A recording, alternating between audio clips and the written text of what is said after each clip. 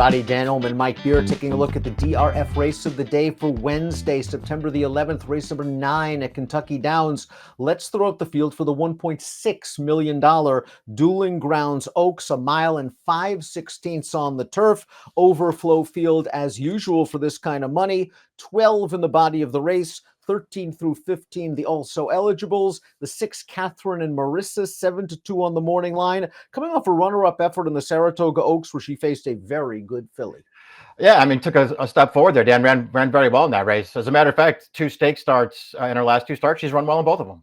Taking a look at 11 through 15 on our entry card, we see horses like Dancin' and Dixie, the number 12, 6-1. She was 3rd in the Saratoga Oaks. Gonna have to deal with a tough outside post position for Mark Cassie and Jose Ortiz. Let's throw up our Timeform US pace projector for the Dueling Grounds Oaks. And the number 4, Charlene's Dream. Well, it certainly worked last time, Mike, at 36-1. Popped to the lead, won a stake at Horseshoe Indianapolis. Now, no Lasix, more distance, tougher company.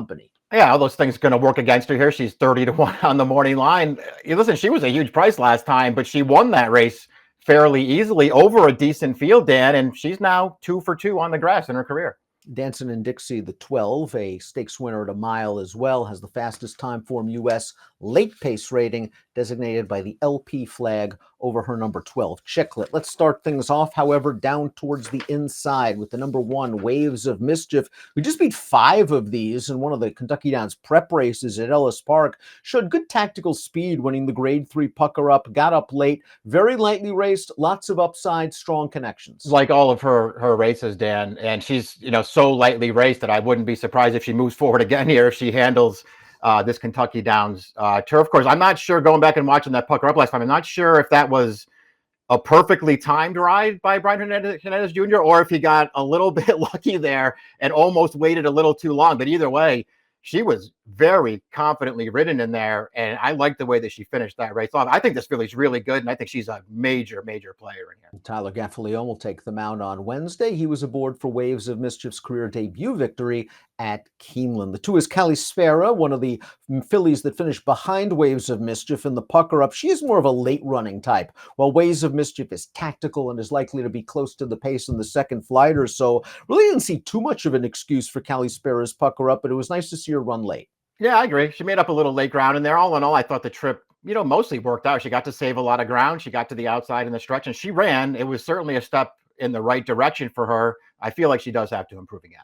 Yata, the number 3, was a winner at Kentucky Downs as a 2-year-old. That's always nice to have in the hip pocket because this is such a quirky course and some horses don't like it. She returned off of a lengthy layoff and Graham Motion found a really good spot for her. This first level allowance race against older horses, and she rallies from last to first under Jamie Rodriguez to win. She was traveling comfortably every step of the way. She was a winner every step of the way. While she did beat older horses, this was not a strong field, but I was at Laurel this day and I talked to Graham Motion after the race, and Graham said Kentucky Downs, more distance, and here she is. She kind of gives off that impression when you're not just this race, Dan, but when you watch all of her races as a 2-year-old, she just looks like a horse I think really wants to go a little bit longer. They have to ask her early, and she just stays and gets stronger as the race goes on. I appreciate the fact that she has run and won here. She's the only filly in this field who can say that. I thought that was a real step in the right direction there off the long layup. I think she's pretty dangerous in here at a price. 15-1, Flavian Pratt takes the mount. The 4 is Charlene's Dream. This horse was a stakes-winning sprinter at Golden Gate Fields as a 2-year-old and pulled off that gate-to-wire gambit that we discussed in the pace projector segment. In this race, the Horseshoe Indianapolis handicap, again, she was 36-1. She did have Lasix, which she won't have access to on Wednesday, and she caught a little bit of cut in the ground, but she was strong. Yeah, she was. This field's decent too. And she stays very nicely at the end of this race. She's never really threatened, Dan. I know that she sort of got loose on the lead in this race, but I don't know. I thought this was a good performance. I understand that she had Lasix on for the first time there, but her other 3 wins are all without Lasix. So I'm not going to worry about that and feel like that she really needs it. Maybe she's just a little underrated. She'll be a big price again. She is 2 for 2 on turf. Both of those races were stakes victories. Both were at a mile. So for me, the distance is Yeah. the biggest question mark. But you mentioned the quality of that field. The runner-up came back to run third against the boys in the Hall of Fame at Saratoga with a very respectable 87 buyer, the expected pace setter. The 5 is Siege of Troy. This is a European import making the North American debut. Still not sure how good Siege of Troy is. After watching her 5 starts, I kind of get mixed feelings. Her last race was a stake in Ireland, and I thought she got a pretty good inside-out closer's trip. She saved ground, got out into the stretch, and sort of clunked along. At least the third-place finisher came back to win a listed stake in France. I think we have similar feelings about her. I'm sort of with you, Dan. I mean, I feel like she's good for sure. I'm just not sure how good after I watched, her races over there. Really good trip, I thought, last time, and she just wasn't good enough in that race. But maybe that was just a better field than this overall. At least the winner seems like she's a pretty nice horse. So I don't know. She ran fine in there. 2 starts back. I guess if you wanted to argue that she was best in there and maybe just got in a little tight in the stretch and it was too late, I mean, I think I would buy it, although I'm not so sure that just wasn't second best there either. She can win here. I'll wait and see what kind of price she is. At least distance won't be an issue for her. Well, it's a bit of a question mark for some of the others. The 6 is Catherine Marissa, never off the board from 5 turf outings, including her most recent start, the Saratoga Oaks, and she ran quite well in this race. She was able to get close to a moderate pace. She takes over the lead turning into the stretch. All in all, it was a good trip. She just faced an exceptional filly in Cinderella's Dream, who was odds on and ran like it. Yeah, I mean, she runs well in here, Catherine and Marissa, but she's no match for this. This is the best 3-year-old turf filly in the country, just steamrolling her through the stretch. It's a good performance. I don't know what to say, Dan. This isn't the kind of performance that makes me want to bet her back at a short price in this race. I personally didn't really love her Tepin 2 starts back. To me, she was third best in there, and the 2 horses that finished ahead of her are both back in this field, and they'll probably be better prices than she is. I don't know. She can win. She's the morning line favorite. I'm not betting her. In from Southern California is the 7 Shiloh's Mistress, and talk about a different turf course at Kentucky Downs than what she's used to over at Del Mar at Santa Anita. She does have some tactical speed, and I think Louis Saez, an aggressive rider, will try to have her close to the pace. Beaten in a first-level allowance last time out, a race with a third-place finisher came back to place at that level at Del Mar with an 82 buyer. Just going to have to, find a way to improve here. It wouldn't be shocking, I guess, if she did it for a really good trainer. Saez is going to take them out, and I do feel like she has the right running style, Dan, to get a good trip in this race because I think she'll be forward in here. I'm just not sure how good she is. It'll be interesting to see if Aidan O'Brien wheels Greenfinch back on 4 days. They ran her as the only 3-year-old in the ladies marathon last weekend, and she ran an okay 4th as the beaten favorite. O'Brien sent her all the way over here. Maybe she just runs for the big money again. Yeah, I won't be surprised when they wheel her right back. This is a better spot than that one. I mean, I guess good sign that they even ran her in that race, Dan, against a way better field than this one. I think maybe the most surprising thing about that is that she went favored over that field because it's not like her form over there is anything to get too excited about. I know that the 1.25 mile race, 3 starts back, is okay.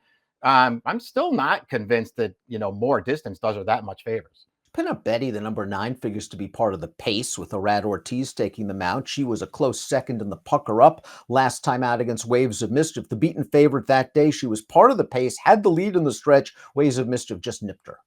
Yeah, I mean, I just didn't see her excuse in that race, Dan. I mean, it's not like she was necessarily walking on the lead, but she was loose and she had a clear lead past mid-stretch in there. I don't know. I didn't feel like she had any excuse not to win there.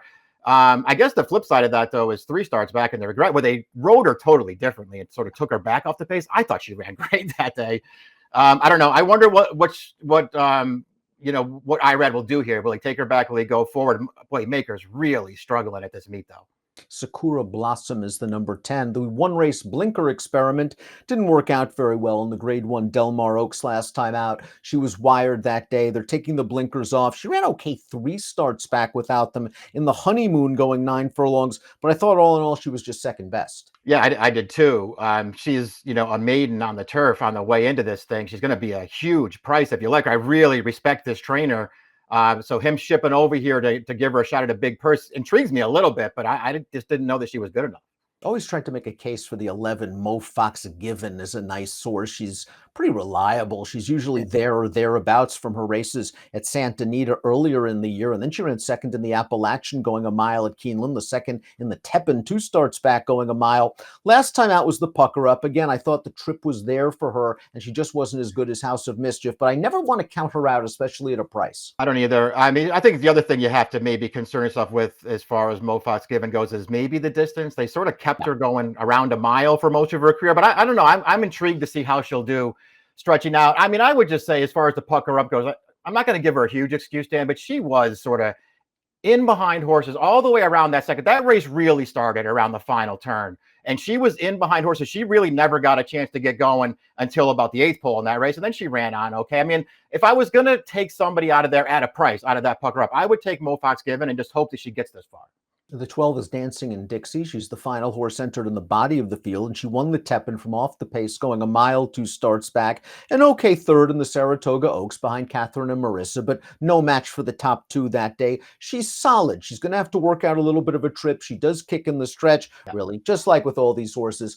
Distance and how you're going to handle this course. Yeah, exactly. You have to worry about that, of course. I think she's a little underrated. I don't love her running style, but man, does she show up every single time and kicks hard through the stretch. You know, I don't think 6 to 1 is going to get me interested, that morning line price, but I think this horse is all right. 13 through 15 are also eligibles. If I had to take one, maybe I'd look at the 14 Mont Saint Michel, who finished an even 5th in the Pucker Up. I do think she has some upside. Just watching her run, to me, she looks like the kind of horse that wants distance. I can see that being the case for her. If any of these horses get in, I'll hope it's the 15 Miss Hebrides, because I'll use that horse. Before we take a look at our top selections, please click the subscribe button on the Daily Racing Form YouTube channel for the latest DRF videos. Top pick time, Wednesday race of the day. 2 stakes on the Kentucky Downs card. You're going with Yatad, a nice price in the Oaks. Want a price in this race for sure, because I think it's that wide open. I like the fact that she's already run and won over this turf course. She looks to me like a horse who wants every bit of this added distance, Dan. She's going to be a price. Well, I have a feeling that Cedric Troy's not going to have a problem with the distance, and with the experience over European-type configurations, I'm hoping she takes to Kentucky Downs, but it's all about price. A lot of times, these European imports are overbet. I'm not sure how good she is. I think she runs late. I need 6 to 1. 3-5-1-11 for Mike, 5-6-1-8 for me, and the $1.6 million Dueling Grounds Oaks at Kentucky Downs on Wednesday. Good luck.